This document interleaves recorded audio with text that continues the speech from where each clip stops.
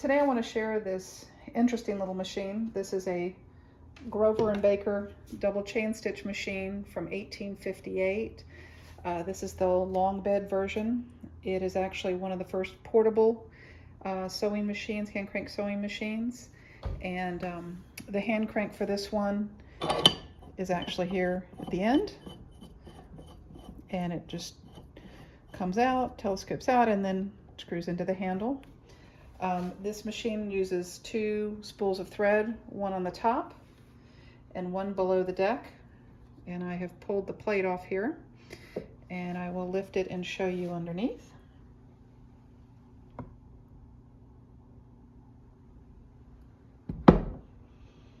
And this one threads fairly similarly to the other Grover & Baker machines. It has actually fewer places to pass the thread. The tension is created by this post that holds the spool of thread on, and you tighten it here to increase or decrease the tension.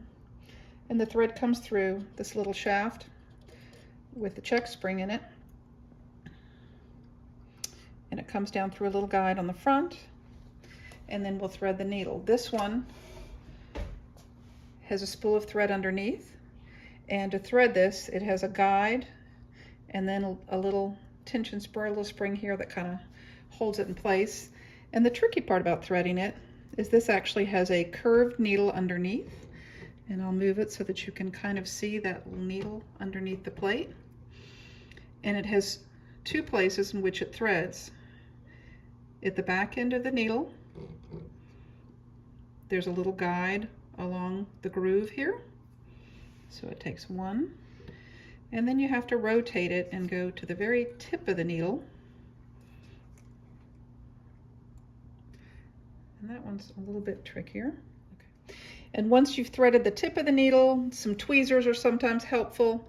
You'll want to pull that bottom thread up, and you want to make sure that it is caught in the groove around the back of the needle. So it actually wraps around the back of the needle in this little groove right there.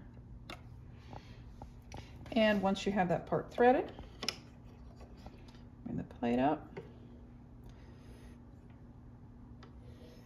And now I like to drop the presser foot to see to thread the needle a little bit better. And when you thread the needle, you want to make sure the thread drops in between that little flat part.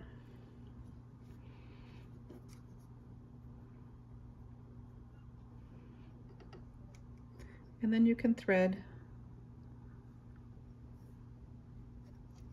the lower thread up through the needle hole. It's helpful to get it started there.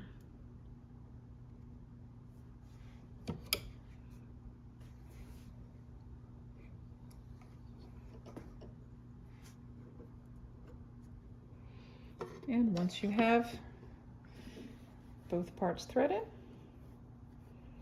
you're ready to stitch.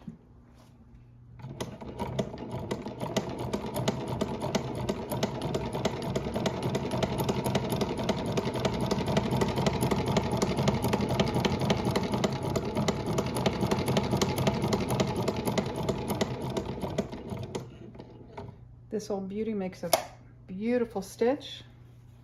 There's the front side. It looks like a standard stitch. And on the back side, you can see the chain stitch. The blue is the lower stitch, and the pink is the upper stitch.